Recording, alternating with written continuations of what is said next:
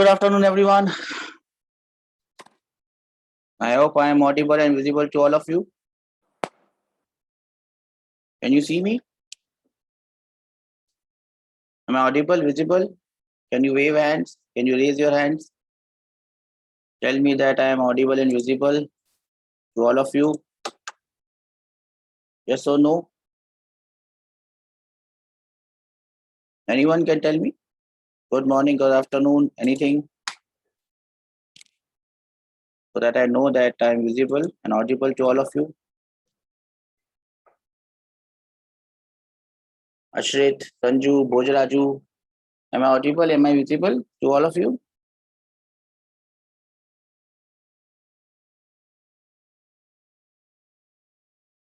Hello, hi. Anyone?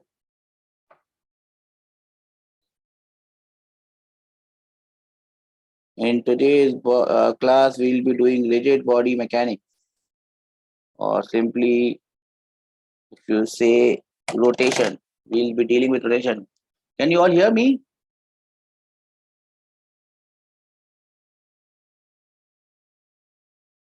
Hello? Am I audible and visible to all of you? Is there anyone in the class who can hear me?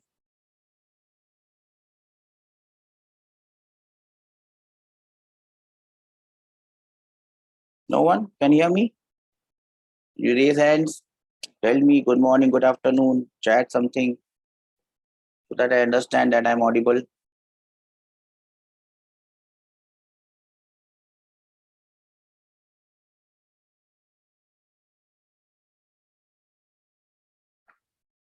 Okay, thanks. Chalo. I think I'm audible and visible to all of you.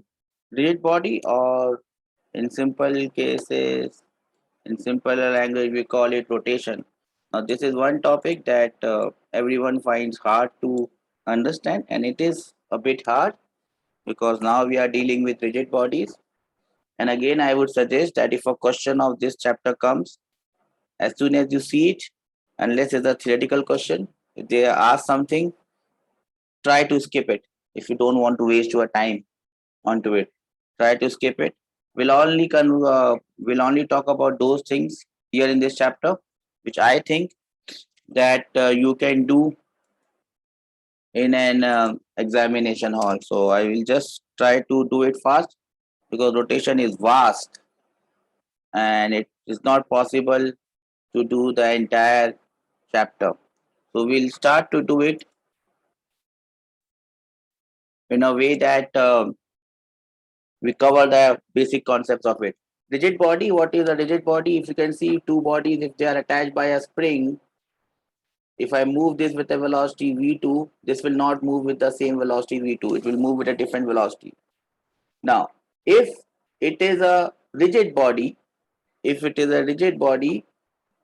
will have the same velocity. So a rigid body is defined in such a way when you apply a force on it, it does not get the distance between two particles does not change, or all the particles they move with the same velocities and acceleration. That is what you call a rigid body or a rigid body system. When do we say a system is a rigid body or rigid? If a system is rigid, then since there is no change in the distance between any pairs of particle of the particle, shape, size of the system remains constant. So that is a rigid body. Distance between any two particles does not change, and hence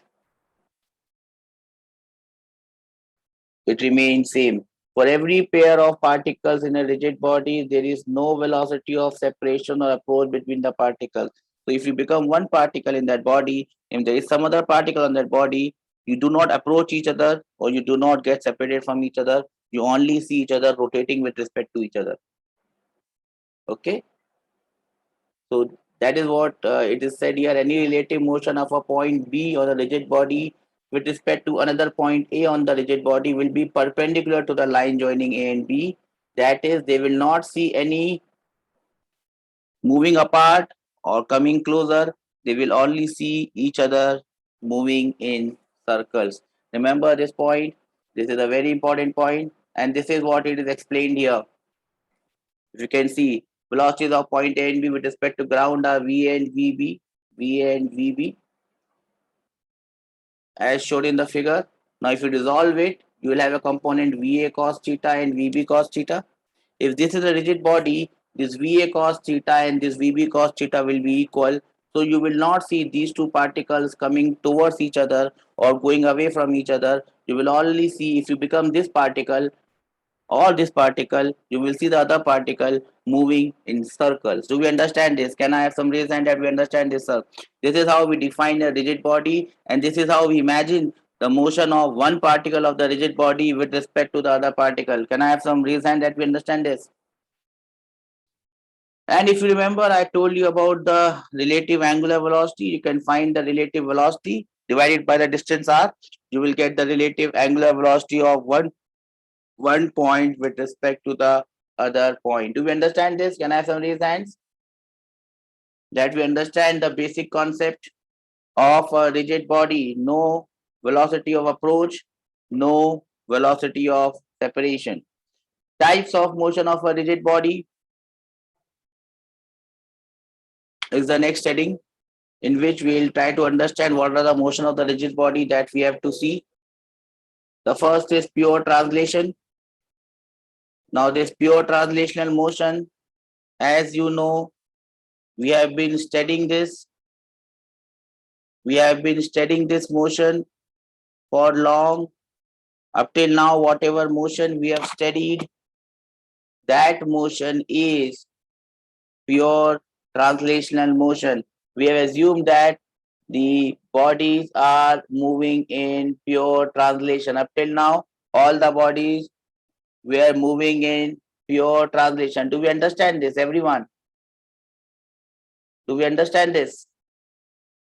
That up till now, whatever motion we had studied, was pure translation. Yes or no? Are we all there? The motion up till now, what we have studied was pure translation. Do we understand this, everyone? Can I have raised hands that we understand this? It was pure translation. So what happens in pure translation? This is what that happens in pure translation. A body is said to be in pure translation if the displacement of each particle of the system is same.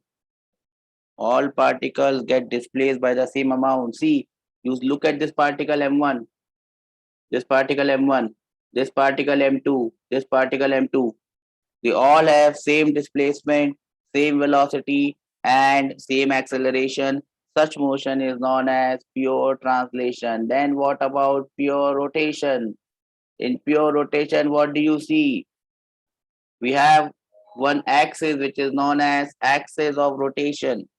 Now all these bodies are moving in circular motion and all their centers lie on this line. This line is known as axis of rotation. Axis of rotation is the line on which all the circular path के center lie. So this particle is moving in a circular path M2. This particle M1 is also moving in a circular path. This particle Mn is also moving in a circular path. Their radiuses are different, but they are all moving in circles. Their centers lie on a single line. That line is known as the axis of rotation. Am I clear? Can I have some reason that we are clear, sir? Pure translation and pure rotation. The example of pure rotation is, if I have a rod like this and I hinge it like this and I then rotate it, this motion will be pure rotation. You watch the hour hand or minute hand or second hand of your clock, that is pure rotation. The fan that is running on top of me, that is pure rotation. If you have a cycle and you put it on the bigger stand and the cycle ka wheel rotates without the cycle moving forward, that is pure rotation. Now, pure rotation or pure translation are very simple to understand. The difficult part is to understand the combined motion, combined rotational and translational motion. In combined motion, what happens? This is the most complicated type of motion. The body is moving in rotation, rotating, the body is also translating. The simplest example is a cycle wheel. When the cycle is moving forward, the wheel of the cycle is rotating about its center of mass key axis. It is also, the center of mass is also going forward. So that becomes a case of combined translational and rotational motion. Do we all understand this? Can I have some raised hand that we understand this? Combined translational and combined rotational. Again, I'm only going to cover those portions which I think are important, because to cover rotation in one class or two class is impossible. I'll try to do my best in letting you know those points that you should know and that might SOS you, save your souls. Now, when you talk about, I hope you can see this, when you talk about the difference between pure translational and pure rotational, what I will do is I will draw a table between pure translational and rotational. And this will give you an idea of what we have done in pure translation and how we can apply it on pure rotational. The first thing that we studied about pure translational motion was position vector r. Here it is known as angular position theta. Position vector r was a vector quantity. Angular position is not a vector quantity. Then we had change in position vector, which is known as displacement. Here we have change in angular position. We call it angular displacement. Angular displacement is not a vector if it is a large displacement, large angular displacement, because it does not obey vector's law. If it is a small displacement, it is, so delta t, if I say dt, d theta is a vector, delta theta is not a vector. Do we understand this? Can I have some raised hand that we understand this, sir? Then we had average velocity. Average velocity was total displacement divided by total time. Here we have average angular velocity. It is a vector or not? No, it is not a vector. Why it is not a vector? Because it is total displacement divided by total time. Total displacement is a large displacement, which is not a vector quantity. Then we have instantaneous velocity, which is dr vector by dt. Here we have instantaneous angular velocity omega. This instantaneous angular velocity omega is a vector. Therefore, I've used the sign, and it is d theta vector by dt. But there's a difference between these two vectors. The vector over here and the vector over here are different. The vector that are here in rotation, they are known as axial vectors. They are known as axial vectors. Why they are known as axial vectors? Because their direction is given in terms of axis. I told you. If this is your positive x-axis, and I say angular velocity is along positive x-axis, you hold this positive x-axis in your right hand. So your thumb points in the direction of positive x-axis, and your fingers curl. The direction in which your finger curls is the direction of rotation. So if angular velocity is along plus x, the body will move like this. Do we understand this? So these all are axial vectors, where whatever we are doing in rotation are all axial vectors, whether it's angular velocity, whether it's angular acceleration, whether it is torque, whether it is angular momentum, whether it is angular impulse, whether this is angular momentum, I said that, right? Angular impulse, all are axial vectors. Do we understand this? Can I have some reason that we understand this, sir? All are axial vectors. We are trying to understand the similarities and difference between translational and rotation. Average velocity, then we have then we have a relation between velocity and angular velocity. Velocity is omega cross r. I hope you understand this relation. This is a vector relation between velocity and angular velocity. Then we have average acceleration. Average acceleration is total change in velocity divided by total time. Here it will be average angular acceleration, which will be total change in angular velocity divided by total time. Do we all understand this? Can I have some raised hands that we understand this, sir? Can I have some raised hand that we understand this, sir? Okay.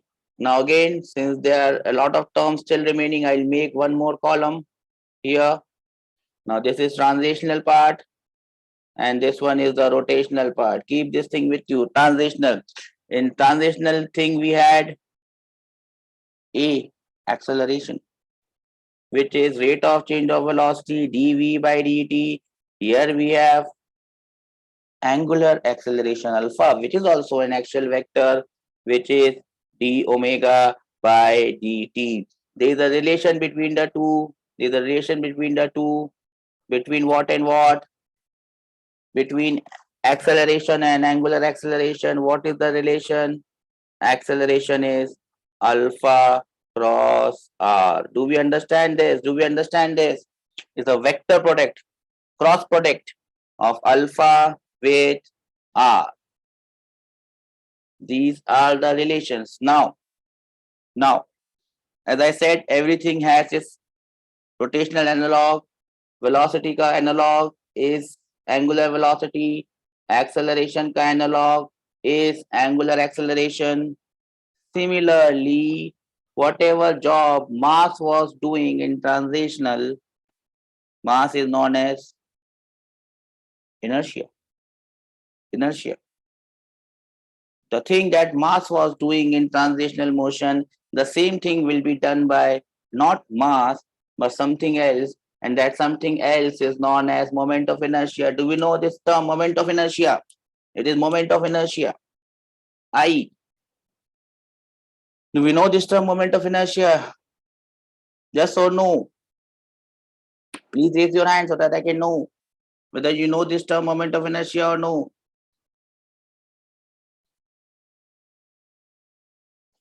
Yes, we know this term, moment of inertia. I'll get through those terms to you. First, let me summarize everything that you should know. Now, the next equation was related to force. That is why I had to bring mass and moment of inertia. F is equal to ma, mass into acceleration. Similar equation can be written for torque. Tau is equal to I alpha.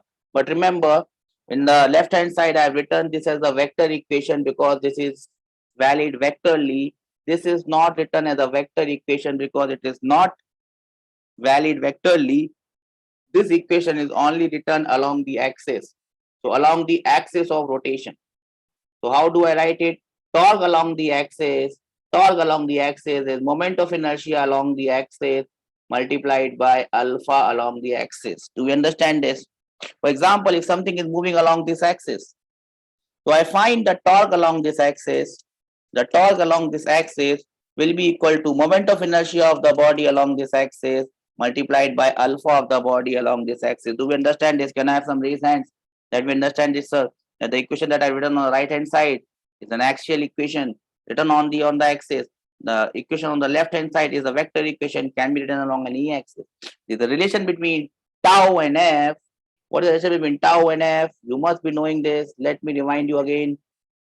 Tau vector wise is r cross f. Remember, previously it was alpha cross r. R was afterwards, alpha was before, omega was before, r was afterwards. Now they have interchanged. R comes first, f comes later. What is the next equation that you must remember? What is the next equation that you remember? We have written force is equal to I alpha. Any other equation? Any other equation? Any other equation that you can remember? P, linear momentum, mass multiplied by velocity. Mass multiplied by velocity. L, angular momentum. I multiplied by omega. Again, there is a small problem here. This equation is written in vector form. This equation cannot be written in the vector form. It is only written along the axis. Moment of inertia along the axis is I along the axis. Wherever you have I coming into the picture, moment of inertia depends on the axis. And therefore, we have to write the equation along the axis. Mass does not depend on any axis. Body is moving along x-axis or y-axis or z-axis. Mass remains same, but moment of inertia is not same. We'll come to moment of inertia right now, just after this. Moment of inertia does not remain same, and hence we have, wherever you have I, the equation is only along that axis. Do we understand this? You might not have heard this before up till now, but trust me, if you have heard it in the form of vector, you have heard it wrongly. You can now correct yourself. Do we understand this? Can I have some raise hand that we understand this, sir? No problems whatsoever. Sai Teja, Vishnu, Ashray, Jayant, Rojraju, Sudha, Shashank, do we understand this? Okay. Then there's a relation between L and P. L vector, this is the vector equation, is R cross P. I hope you remember this. These two equations, R is multiplied first. In the other two equation, R is cross multiplied, cross vector, cross product. R is the second vector. In these two equations, R is the first vector. Do we understand this? Up till here, up till now, is everything fine? Are you feeling confident? Yes, sir. Everything is coming back. We are revising translational motion as well as we are revising rotational motion. We are also revising your circular motion. Everything is coming together. Is it coming together or not? Can I have your words for that? Is it coming together or not? Okay.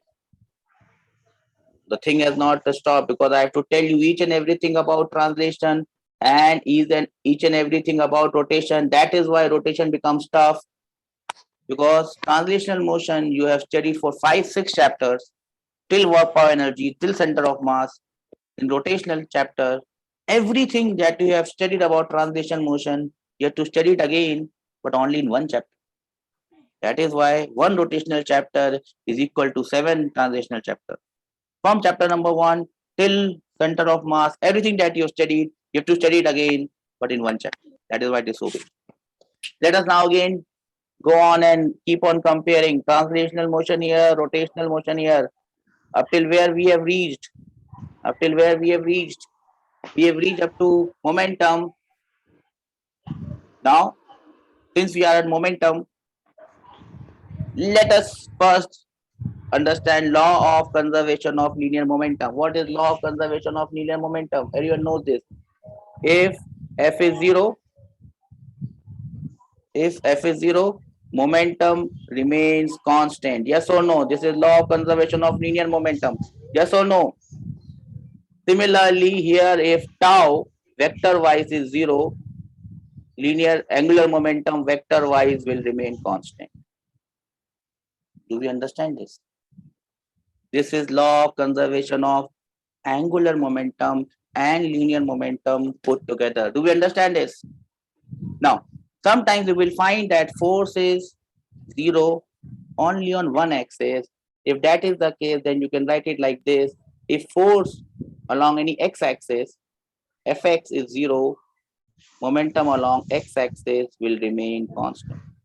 You must have seen in many questions, you apply this equation for momentum conservation along x-axis because there is no force acting on the x-axis. Similarly, you can say here if torque along any axis is 0, if torque along any axis is 0, angular momentum along that axis will remain constant. Do we understand this? Can I have some reason that we understand this, sir? How many of you understand this? I'm trying to cover everything that you want to know. Sudha, Bhojraju, Shashank, Jayant, Ashrit, Vishnu, Saitecha. Do we understand this, beta? Okay. Now, moving forward, I have a term known as impulse. Linear impulse, I call it. Impulse I. Impulse I. Impulse I is integral of f dt. F dt. Or it is equal to change in momentum. Do you remember this vector? Impulse. Impulse vector. F dt ka integral. Or change in momentum. Similarly, here I have angular impulse. Angular impulse. Angular impulse is j. J vector is integral of tau into dt. or it is change in angular momentum. And this theorem is known as impulse momentum theorem. In case number 1, in translational motion, it is known as impulse momentum theorem. The impulse of force acting on a body is equal to the change in linear momentum. If there is an impulse acting on the body, momentum of the body will change. The impulse is equal to change in linear momentum. This is known as impulse momentum theorem. I told you, impulse momentum theorem is the mother theorem. This is the mother theorem. And this law of conservation of linear momentum is the daughter theorem. Mother theorem is always valid. Daughter theorem is only valid when the force or impulse is zero. Do we understand this? Can I have some raise hand? I'm trying to do what? I'm trying to bring everything onto the plate in such a way that you're able to understand one and all.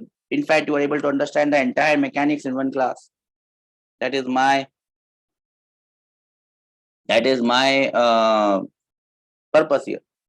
Similarly, if I talk about this equation, this is now known as angular impulse angular momentum theorem. Angular impulse is equal to change in angular momentum. This is angular impulse angular momentum theorem. This is the mother theorem. If this is the mother, this is the daughter. Daughter comes from mother. Daughter is a special case of mother. When in daughter, if the torque is zero or the angular impulse is zero, then angular momentum remains constant. Do we understand this? Can I have some raised hand? Let me understand this. Sir. Okay. Then KET, translational kinetic energy of any body is given by half mv square. On similar lines, the rotational kinetic energy will be given by half I omega square. Translational kinetic energy, rotational kinetic energy. If the body is in pure translation, please mark my words. If the body is in pure translation, the kinetic energy will be translational, half mv square. If the body is in pure rotation, the entire kinetic energy will be rotational kinetic energy, half I omega square. If it is in combined motion, how will you get the total kinetic energy of the body? Anyone? Total kinetic energy. Total kinetic energy will be kinetic energy of translation plus kinetic energy of rotation. Do we understand this? Total kinetic energy of any body, if it is in combined motion, that will be kinetic energy of translation plus kinetic energy of rotation. Again, there is a thing that you must know. I don't know if I should tell you or not. It might confuse you. So maybe I'll tell you when I think that it is appropriate for you to be told. Khatam nahi hua hai abhi. You still have some more things that you should know about translational and rotational combined together. Here I will write translational motion. Here I will write rotational motion. And here I write work energy theorem. The work done by all forces is equal to change in translational kinetic energy. This is all work done by all forces in translational. Work done by all forces in translational. Here I can write work done by all forces in rotational motion will be equal to change in rotational kinetic energy. If I want to write these things together, I will write work done by all forces, whether it's in translational, whether it's in rotational, will be equal to change in kinetic energy. I will not written change in kinetic energy of translational plus change in kinetic energy of rotational. Do we understand this? Work done by all the forces. There might be some forces which are causing the translational motion of the body. There might be some forces which are causing the rotational motion of the body. Work done by that translational forces will be change in translational kinetic energy. Work done by rotational forces will be equal to change in the rotational kinetic energy. Work done by all forces will be equal to change in transitional kinetic energy plus change in rotational kinetic energy. I call this work energy theorem. This becomes the mother theorem. This becomes the mother theorem. So every question can be done by work energy theorem. I told you in the last class. It also has a daughter, and that daughter is known as law of conservation of mechanical energy. If only conservative forces are present, the mechanical energy, there we were talking about only translational, mechanical energy in translational remains constant. Similarly, now I can write if there are no non-conservative forces working, the total rotational energy, the total mechanical energy in rotational will be constant. Here you must remember that if there is static friction, and the body is in pure rolling, even then you can apply this work energy theorem, because when you find out the work done by these static forces in pure rolling, only in pure rolling. If there is not pure rolling, then there will be work done by frictional forces and you cannot cancel out that work. If it is pure rolling, you can also apply this law of conservation of mechanical energy. Do we all understand this up till here at this point? Anyone has any doubt, please raise, else I will move forward in a minute.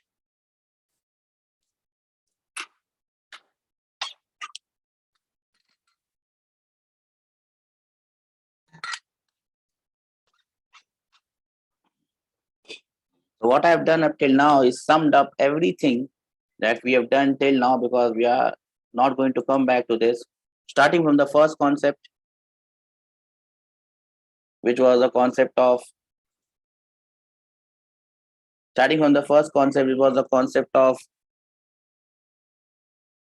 vectors to displacement to velocity to acceleration. I have covered up everything that was possible. Now it's time to move on to the things that I think can be useful to you. So here it comes. I hope you can see this. There's some question. The first thing that we should discuss here is moment of inertia of a body about any axis. You all know how to calculate this moment of inertia for a system which is continuous. What you are going to do is you have to integrate r square dm, where dm is the small mass and r is the distance of that mass from the axis. You can find out the moment of inertia for any body, any rigid body. You must understand that on what all factors this moment of inertia depends on. It depends on the density or the distribution of mass. It depends on the size and shape. It depends on the axis of rotation. If you change the axis of rotation, moment of inertia changes. I've already told you. If you change the density of the mass of the body, moment of inertia changes. Size and shape. It is a triangular shape, moment of inertia will be different. The square shape, moment of inertia will be different. So it depends on the size and shape of the body. Okay. You all know how to calculate moment of inertia of simple figures. Just like this square figure, you have four bodies, small m, small m, small m, small m, arranged at the vertices of a square. You can find their moment of inertia about any axis. If you find it about this axis, these two masses are lying on the axis, they will not contribute to any moment of inertia. Only this body and this body will contribute mass multiplied by this distance square, mass multiplied by this distance square. You can easily calculate, I know, moment of inertia of such bodies. Yes or no? I've already sent you this sheet. So you can have a look at this sheet and do the questions. Now here again, there are some questions, there are some figures whose moment of inertia should be known to you. I hope you have a fair idea about the moment of inertia of some figures, like moment of inertia of a rod. about the center of mass, ml square by 12, of a ring, of a disk. Do you know this? Yes or no? Moment of inertia of all these bodies? You know this now? Yes or no? Yes. Now, if you apply some common sense here, if they're asking you to find the moment of inertia of this body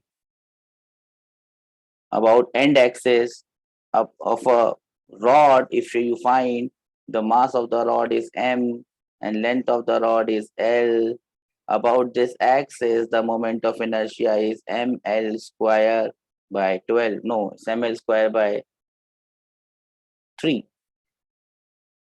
Now, this rectangular body can be thought of as made up of small rods. So we have one theorem known as Papu's theorem. What this Papu's theorem state that if you have a body made from a similar body,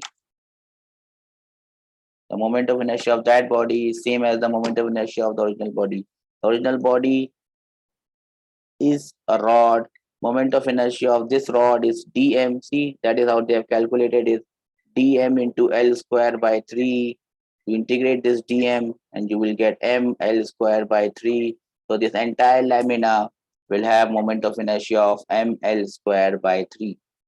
Similarly, if someone asks you about this lamina, if someone asks you what is the moment of inertia about this axis, how will you find the moment of inertia about this axis? It's very simple. You know the length of this side is b. You can now break it up. You can now break it up. You can now break it up into rods like this, rods like this. The moment of inertia of one rod, the moment of inertia of one rod will be mb square, dmb square by 3. You integrate that dm. So moment of inertia about this axis will be mb square by 3. Do we understand this? Can I have some reason that we understand this? Here I have applied some common sense, and with that common sense, I have given you the answer. Again, if I apply the same common sense here,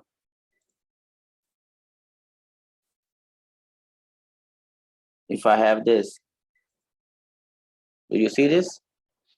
Now, if I have this is a disk. This is the center of the disk. Mass of the disk is m. Radius of disk is r. About an axis which is perpendicular to the disk, passing through the center of the disk.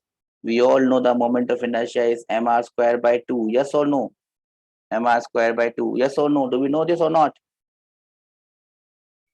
Now, if someone asks you, I cut a sector of this disk. I cut a sector of this disk. The mass of this sector is m, small m. What is the moment of inertia of this sector about the same axis passing through the center? About this axis passing through the center and going into the plane of the board. What will your answer be? They can also give you the angle 60 degree, 30 degree, 40 degree, 50, 45 degree, doesn't matter. What will be the moment of inertia of this disk? A portion of this disk. So if you think it as a pizza, the entire pizza is the entire disk. This is a slice of the pizza. What is the moment of inertia of this pizza? And your answer would be mr square by 2. You can make this pizza from small pizzas. The moment of inertia of small pizza is dm r square by 2, and therefore the moment of inertia of a single slice is dm r square by 2, and therefore the moment of inertia of the entire pizza becomes mr square by 2. Do you understand this? How I applied this theorem here? Do you understand the reason of me doing this question was this? So that you understand how we can use this theorem of, we call it theorem of repeated masses. We call it theorem of repetitive masses. If I keep on repeating the mass, the moment of inertia of one mass will be same as the moment of inertia of the entire body. Can I have some reason that we understand this, sir?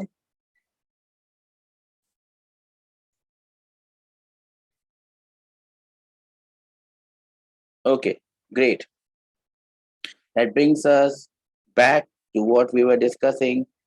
So there are some questions. For example, just like this example number 7, where we have to find the moment of inertia of some elements of the ring.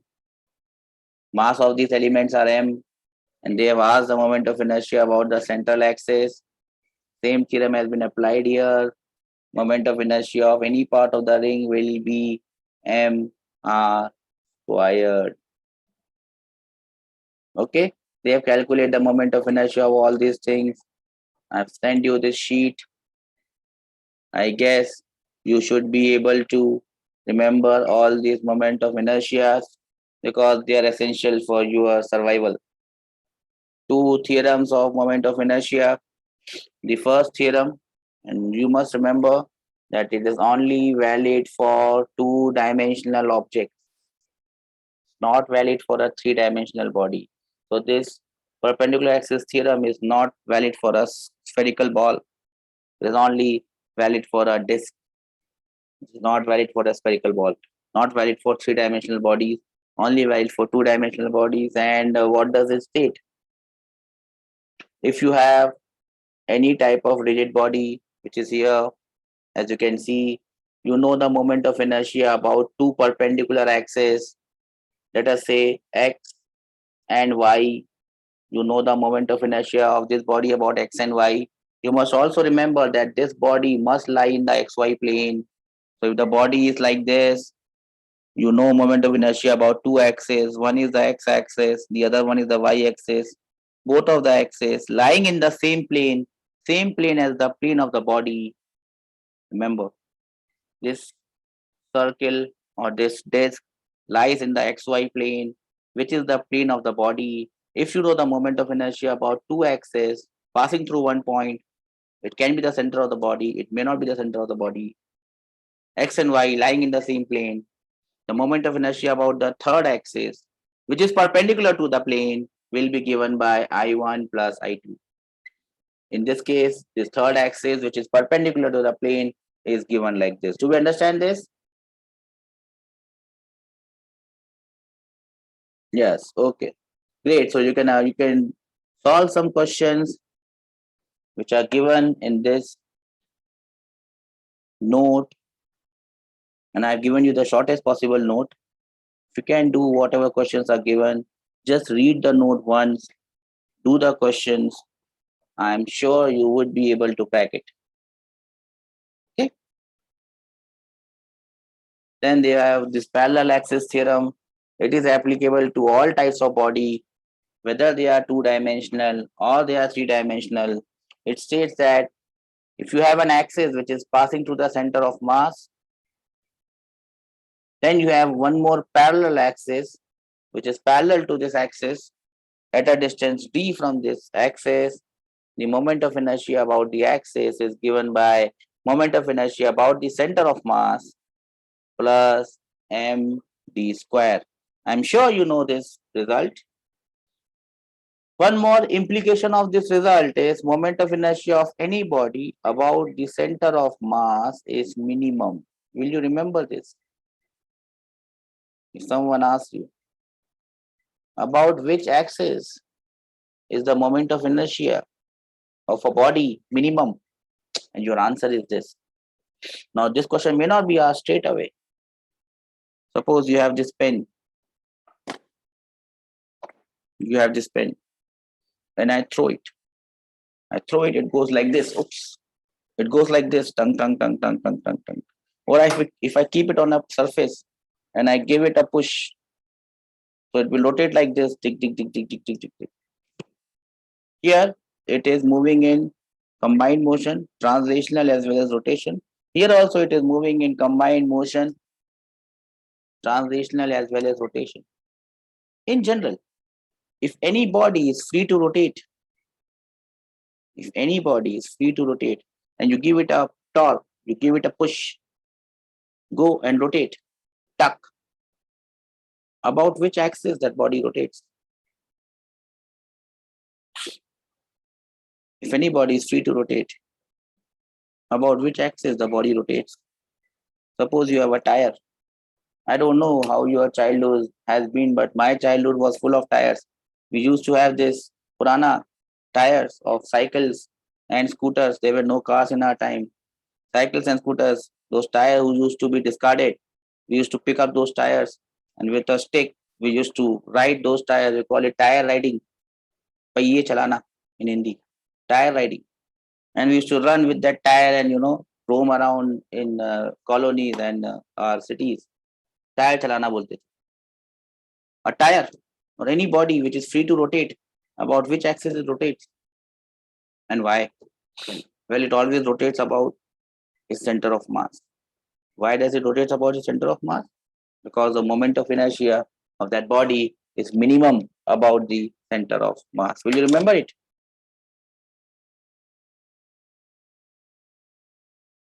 So, body rotates about its center of mass. These are some of the applications of this parallel axis theorem. I am sure you should be able to get this question. You know the moment of inertia about this axis which is passing through the center of mass. You can calculate it about this axis which is at a distance r from the center of mass, whether it's a solid sphere or it's a hollow sphere. I think you should be able to do it. Yes or no? Moment of inertia of a solid sphere about the center of mass is 2 by 5. Moment of inertia of the hollow sphere about its center of mass is 2 by 3. Which is more, 2 by 5 or 2 by 3? Which is more, 2 by 5 or 2 by 3? 2 by 3 is more. The moment of inertia of a hollow sphere is greater than moment of inertia of a solid sphere. Why it is so? Can you give me a good reason? Why is this so? Why do you think is the moment of inertia of a solid sphere less than the moment of inertia of a hollow sphere? Hollow sphere is hollow. It should have less moment of inertia. Solid sphere is solid. It's like a billiard ball, solid. Or like a bowling ball, solid. Hollow sphere is like tennis ball. Under it's only hawa, nothing else. Why is the moment of inertia of a hollow sphere more than that of a solid sphere? Can anyone tell me? Why is the moment of inertia of a hollow sphere more than that of a solid sphere? Same mass, same radius, same material. Same mass, same material. Why is hollow sphere more? In hollow sphere, the entire mass is on the circumference. Inside it is nothing. In a solid sphere, mass is distributed. Some mass is very close to the center. Very less mass is away from the center. In the hollow sphere, entire mass is away from the center. mr square. That is why it is more for a hollow sphere than for a solid sphere. Do we understand this? Again, you can be asked a question whether you know this or not. I have told you this. You have a disk or a sphere of mass m, radius r, and then you have hold this in a sphere. You have to find the moment of inertia of this combined body with a hole about some axis. How will you do it? I told you how to do it. First, consider this as one body without any hole. Find the moment of inertia of this body, about which axis they want to find out. Then you assume that the other body is a negative mass body and you find the moment of inertia of that negative mass body. Do you remember that? Everyone, do you remember that? Here are the list of some shortcut formulae. Solid sphere 2 by 5, hollow sphere 2 by 3, ring mr square, disk or hollow cylinder. Disk is mr square by 2, hollow cylinder is mr square, solid cylinder mr square by 2. Rod about the end axis ml square by 3, center of mass ml square by 2. If you have two rods like this, 2 ml square by 3, rectangular lamina is this, square plate is this, They can all be found out using the parallel axis, perpendicular axis, or this repetition of mass theorem. You cannot do that. Remember this. If it is a square plate, ma square by 6. If it is a cuboid, it is this. These many would be enough for you to solve any question. Radius of gyration. To find the radius of gyration, you just divide I by m, because moment of inertia about any axis, moment of inertia of any body about any axis will be equal to m into radius of gyration about that axis squared. Just remember this. So they have now calculated the radius of gyration of different bodies. Moment of inertia of bodies with cut. I have already explained how do you get the moment of inertia of body with cuts. You can do this example. Torque. I have already told you what is torque. It is R cross F. Cross product of R with F. You can calculate torque of this force mg about this point. It will be mg multiplied by x. Simple. This is a question of a projectile motion. They have asked you when it is here, what is the torque of weight? When it is here, what is the torque of weight? You can easily find out that torque of the weight by multiplying mg by r if it is the last point, or by multiplying mg by r by 2 if it is the highest point, or you can take the cross product. Doesn't matter how you do it. How you do it doesn't matter. What matters if you know torque about any axis will be r cross f. R is the distance between the two axes. When you call it, remember this,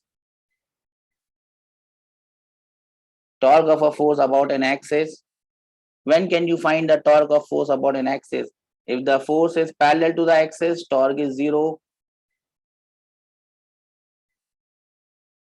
If the force intersects the axis of rotation, then also the torque is 0.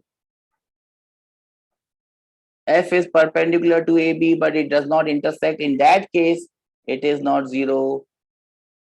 And it is given by this. Are skew but not perpendicular. So basically what they mean is, if I say it in simple language, if the force, if this is my force and this is my axis of rotation, if they are parallel, torque is 0. If they cut, torque is 0. Basically what they mean is, if they lie in the same plane, torque is 0. If my axis and my force all lie in the same plane, they will either cut or they will be parallel to each other. Torque is 0. To create a torque about any axis, you need a skew line, a line which is not parallel and which does not cut. So if this is my force, they lie in different planes. Say they are lying in different planes now. You cannot draw a plane which contains these two lines. So any force can only create torque about an axis which does not lie in the same plane. How do you find the force, the torque of this force about this line? I find the perpendicular distance between the two lines, which is the shortest distance between the two lines, multiplied by the force. That will be the torque of force about this axis. Torque and force are related in the same way as momentum and angular momentum. So if this becomes momentum and this becomes angular momentum, torque and angular momentum, torque and force, torque is R cross F, angular momentum is R cross mv. So if this force can only create torque about an axis which is q, this momentum can only create angular momentum about this axis which is q. As simple as that. Both are same. If you understand torque, you understand angular momentum. If you understand force, you understand linear momentum. They are all related to each other. I'll end today's class here with torque. And I've already sent you some notes to read. You read that note. I will probably take rolling in the next class. I'll share some points of rolling with you. I've given you 3 sheets. Go through these sheets. Rotation, the more you read, the more confused you become. I'm not here to create any confusion. So what I'll do is I'll try to wrap it up in the next class. Whatever you can have. I've sent you 2 sheets where you have a body rolling down an inclined plane. This question has come many times. So it is a detailed analysis of what all things can be asked. Please go through them. So by the next class, please go through that rolling down an inclined plane. I will not discuss that. I've given you in notes. I'll discuss the other points like instantaneous center of rotation, pure rolling. I will discuss those points in the next class, and we will wind up rotation because there is no point of doing rotation. This is not going to help you a lot. So I'll just discuss the discuss point. That's it from my side. I'll call this a day today. If you have any doubts, you can ask.